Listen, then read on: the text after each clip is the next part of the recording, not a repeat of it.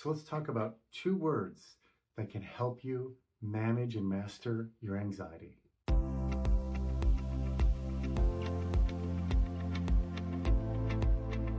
Hey, it's Dr. Mike, and thanks for checking out Win the Day. If you find this helpful, please be sure to like and subscribe. So today I want to talk about two words that I think can really help change our relationship with anxiety. And where this idea came from is there was a Bob Newhart skit on Mad TV several years ago that I think is just hilarious.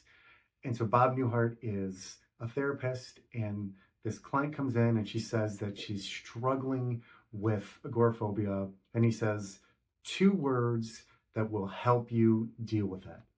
Stop it. And she's just like, this is ridiculous. And the skit continues on around stop it. But as funny as that is, I think many times that is our instinctive response when we're experiencing anxiety.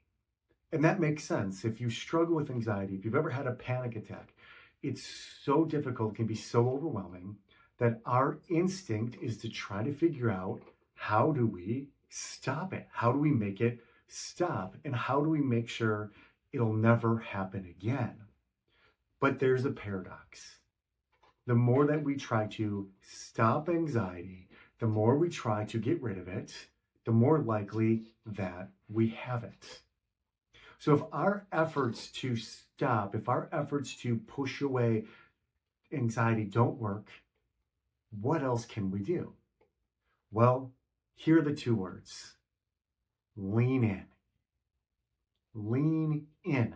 Now, I'm guessing this is not what you expected. Maybe this isn't what you want to hear. Again, we want to get rid of anxiety. But when we lean into anxiety, when we're willing to make room for the anxiety, we stop treating our experience as an enemy.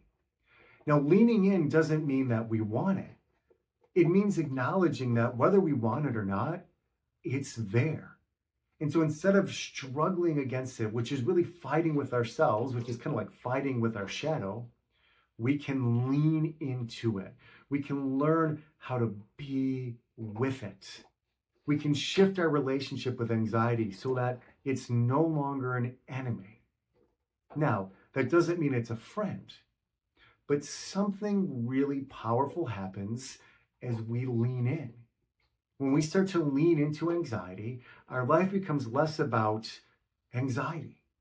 We spend less time trying to fix our anxiety, solve our anxiety, eliminate our anxiety. And as we do that, we make our life more about what we actually can control, our actions, our values, our goals. And as we spend more time leaning in and having that space to live out our actions, our values, and goals, anxiety starts to lose some of its power and certainly much of its impact over our life. So it would be nice if there was a stop it button. It would be nice if we could just snap our fingers and no longer have anxiety. But if you have found that no matter how hard you try, no matter how hard you work, anxiety seems to stick around, then maybe instead of stop it, you can try lean in. It's not a magic trick. It's not if you do that one time, then all of a sudden there's no more anxiety.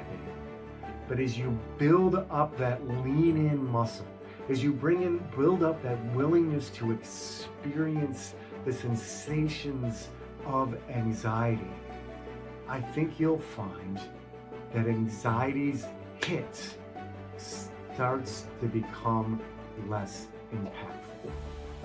So here's your act on it. When anxiety shows up for you today, notice how immediately your mind goes to something that sounds like stop it. And when that happens, see what it can be like to move from stop it to lean in.